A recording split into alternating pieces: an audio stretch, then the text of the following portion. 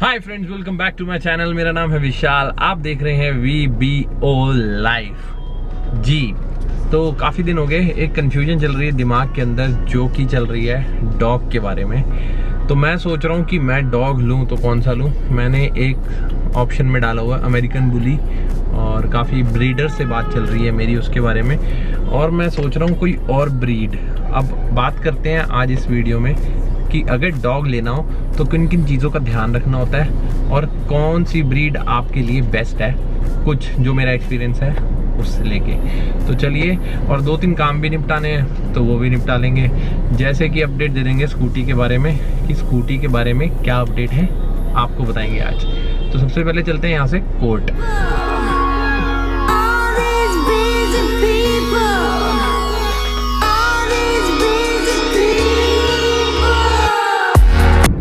तो बात करते हैं ब्रीड के बारे में। सबसे पहले क्या क्या चीज़ें आपको देखनी होंगी।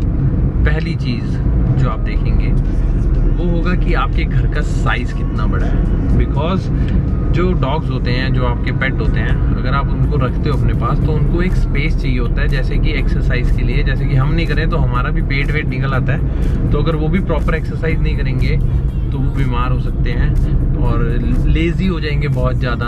और जो उनके साथ आप प्ले करोगे तो उनके अंदर की लाइक काइंड ऑफ कह सकते हो पॉजिटिविटी जो होती है वो ख़त्म हो जाती है। बिकॉज हम अपने दिन भर के काम करने के लिए घर से बाहर निकलते हैं और एक्सरसाइज हमारी मूवमेंट में हो जाती है, बट उनकी मूवमेंट उस पर्टिकुलर एरिया में ही होती है ज़्यादा, और डिपेंड करता है आप कितना टाइम देते हैं उस पर। तो सबसे पहली चीज़ जो मैटर करती है, आपका घर कितना बड़ा है कितना बड़ा नहीं है। लाइक अगर आपका 1 BHK है, 2 BHK है, 3 BHK है, किसी का विला होता है, किसी का गार्डन साथ में होता है, तो वो चीज़ काफ़ी मैटर करती है सबसे पहली बात। और इसके मैटर करने का रूल क्या है, बिकॉज जितना बड़ा डॉग होगा उतनी ज़्यादा स्पेस मांगेगा, और मीडियम साइज होगा तो वो मीडियम स्पेस मांगेगा। एक होते हैं पॉकेट डॉग तो वो कम स्पेस मांगते हैं। तो सबसे पहले ये चीज़ को आप अपने हिसाब में माइंड में सेट करेंगे कि हाँ हमारा घर कितना बड़ा है और कितना बड़ा नहीं है, वो आप अच्छे से जानते हैं मेरे से। पहली बात होगी। सो दूसरी बात यहाँ पे आती है कि आपके फैमिली मेम्बर्स एग्री हैं। आपके सारे फैमिली मेम्बर्स रेडी होने चाहिए। जब आप एक डॉग को अडॉप्ट करने के लिए रेडी हो जाओ तो वो भी रेडी होने चाहिए। बिकॉज क्योंकि यार रहना उन्होंने ही है घर में आपके साथ, ठीक है, और आपके पप के साथ, तो बस उस टाइम पे उनका रेडी होना बहुत ज़रूरी है। बिकॉज एक भी बंदा अगर रेडी नहीं हुआ तो वो उसको अपना नहीं पाएगा। बिकॉज हम as a family member treat करते हैं। एक जब कुछ भी पेट को लेते हैं तो प्यार उसको हम सारे एज अ फैमिली मेम्बर ही देते हैं। और अगर 1 या 2 बंदे भी नाराज़ हैं या एग्री नहीं हो रहे हैं, वो डिसकम्फर्टेबल हैं, तो उसको प्यार नहीं मिल पाएगा। जैसे कि एग्जांपल लेते हैं, मैंने डॉग ले लिया और गलती से मेरे डैड को नहीं पसंद, ठीक है, तो वो क्लियर कट आउट कर देंगे, मेरे को बोल देंगे कि भाई मैं इसको नहीं ध्यान रखूंगा, तुम हो घर में तो ठीक है, तुम ध्यान रखो, तुम नहीं होगे ध्यान मैं नहीं रखूंगा। तो उस टाइम पे तुम्हें सोचना पड़ेगा। तो ये चीज़ उस टाइम पे मैटर करती है कि हाँ भाई उस टाइम पे क्या होगा जब आप घर पे नहीं होगे। बिकॉज हमारे को उसको प्रॉपर टाइम देना है, उसका जो शेड्यूल है उसके वही शेड्यूल रखना है। हम शेड्यूल ज़्यादा चेंज नहीं कर सकते। एक आधे दिन का शेड्यूल चेंज हो जाए ठीक है, बट एवरीडे अगर उसका शेड्यूल कुछ ना कुछ चेंज होता होगा तो वो बीमार हो सकता है उसकी वजह से। तो ये चीज़ दूसरे नंबर की बहुत मैटर करती है। तो आप ये डिसाइड कीजिए कि फैमिली मेम्बर एग्री हैं।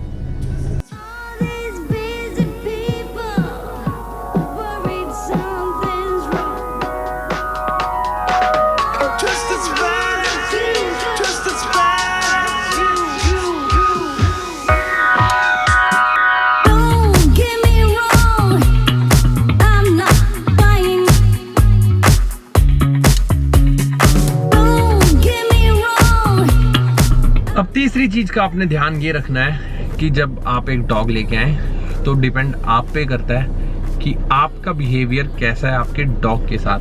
बिकॉज जैसा आपका बिहेवियर आपके डॉग के साथ रहेगा वैसा ही आपका डॉग सबके साथ बिहेव करेगा। जैसे कि अगर आप उसके साथ एग्रेसिव हैं, आप उसको बात बात पे डांट रहे हैं, बात बात पे मार रहे हैं, तो वो ऐसे ही होगा कि जैसा वो आपके साथ नेचर है वो दूसरे बंदों के साथ वैसा नेचर नहीं, उनसे और ज़्यादा एग्रेसिव हो जाएगा, उनके साथ फ्रेंडली नहीं होगा। तो आपको इस चीज़ का बहुत ध्यान रखना है जब डॉग लेके आए, तो वो आपका जो है सोशल में काफ़ी अच्छा हो, सोशल फ्रेंडली होना चाहिए। और हाँ, अगर आप चाहें, चौथी चीज़ आ जाती है साथ में ही, तो आप एक डॉग ट्रेनर, अदरवाइज कुछ अच्छी वीडियोस होंगी यूट्यूब पे काफ़ी अच्छे बंदों की, जैसे कि मैं एक दो चैनल के यहाँ पे नाम आ रहे हैं, आप देख सकते हैं इस टाइम पे। एक हो गए स्कूबर्स, एक डॉक्टर समथिंग है कुछ उनका नाम, पठानकोट से है वो, काफ़ी अच्छी वीडियोस डालते हैं, वो भी एजुकेट करते हैं डॉग्स के रिलेटेड। तो आप उनकी वीडियोस देख सकते हो और काफ़ी उनसे मोटिवेट हो सकते हो, डॉग्स को, पेट्स को कैसे आपने केयर करनी है उनकी। तो वो काफ़ी अच्छी वीडियोस डाल रहे हैं इसके रिलेटेड, तो वहाँ पे आप देख सकते हैं।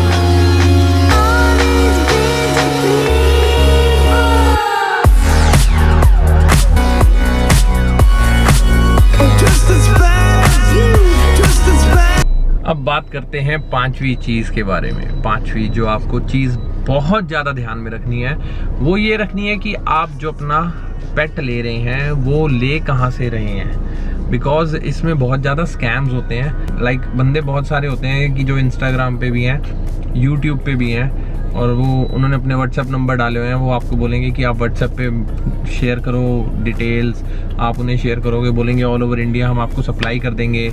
तो आप बोलोगे ठीक है। बंदों के पास टाइम ना होने के कारण बंदे सर्विस ले लेते हैं उनसे, और काफ़ियों के साथ ऐसा होता है कि वो दिखाते आपको कुछ और हैं और भेजते कुछ और हैं। मैं हर किसी के बारे में नहीं बोल रहा, ना ही मैं किसी का नाम ले रहा हूँ इसमें। मेरे को जहाँ तक पता है ऐसे स्कैम्स चल रहे हैं काफ़ी सारे इस चीज़ में।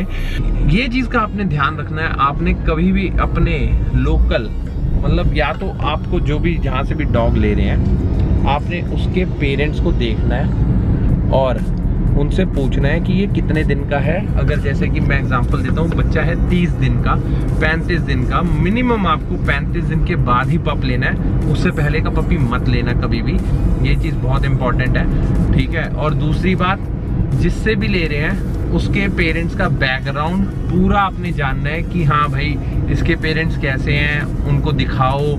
आप देखेंगे उनको तो पूछेंगे इनकी कोई मेडिकल हिस्ट्री है, तो वो भी आपको उससे क्लियर करनी है। बहुत से टाइम जो बंदे हैं वो अपने लोकल जो शॉप्स होती हैं उनसे ले लेते हैं। उनका क्या काम होता है, वो आगे ब्रीडर से उठाते हैं डॉग्स और आपको दे देते हैं, तो उसमें उनको प्रॉफिट मिलता है, कमीशन। तो एक तो एडवाइस मैं ये करूँगा कि डायरेक्ट ब्रीडर से लें।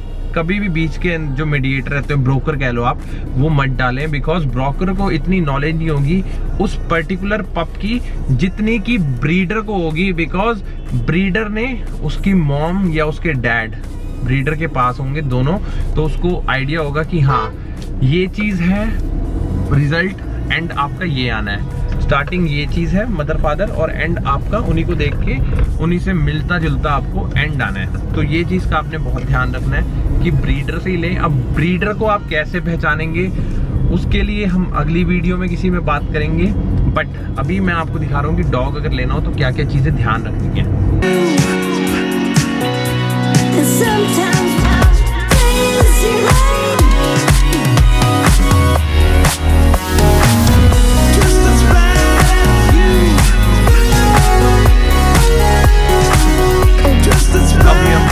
द्वारका कोट। तो यहाँ पे आने का रीज़न मैं आपको बता देता हूँ। कुछ दिनों पहले मेरी स्कूटी चोरी हुई थी, तो स्कूटी जो है रिकवर हो चुकी है। अब उन्होंने एक सुपरदारी होती है, वो आपको फाइल करनी होती है। तो मैंने अपने जो कज़न है एडवोकेट लक्ष्य जी, उनसे बोला, तो उसको आई थिंक कुछ प्रॉब्लम आ रही है करने में।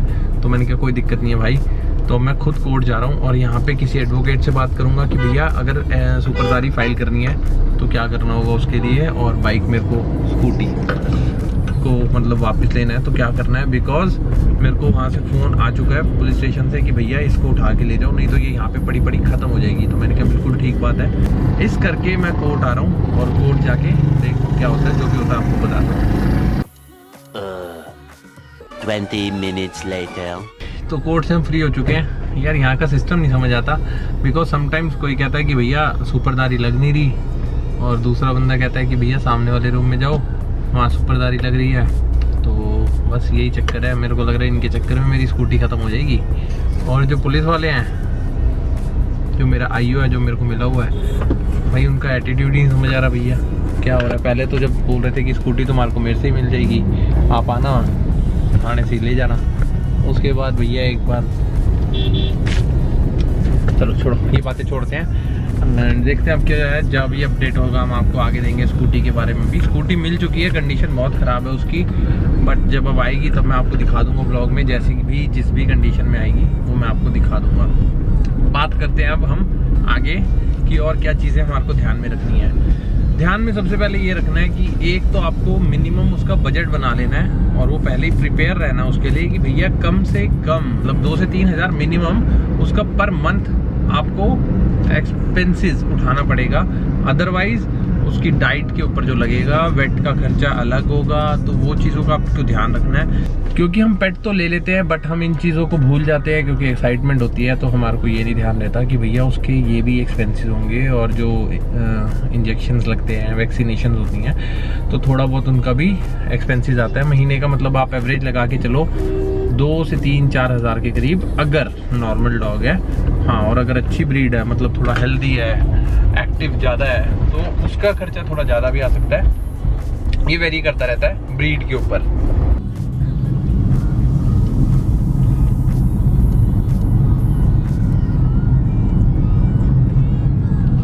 सो यहाँ पे देखे पूरी लाइन सील कर दी गई है क्योंकि यहाँ पे कोविड का बड़ा तगड़ा सीन हुआ है। यहाँ से सील हुई है पूरी,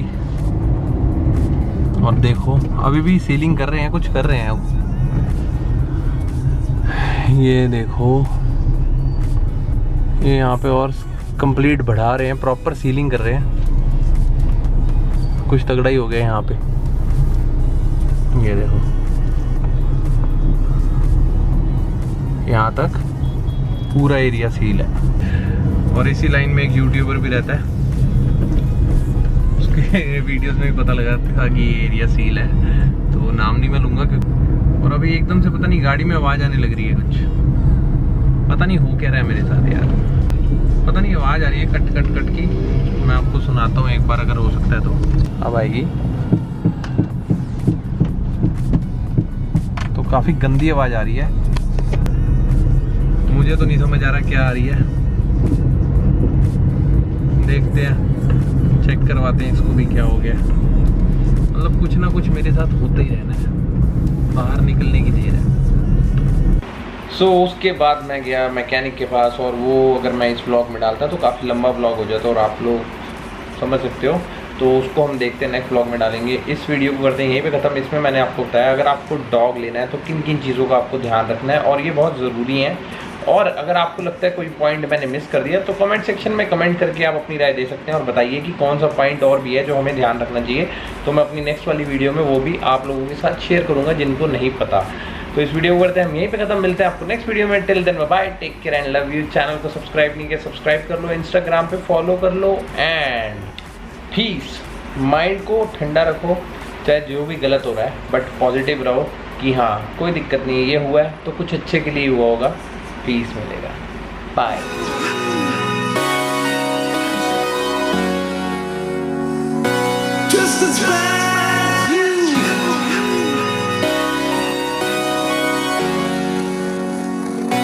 Just as bad.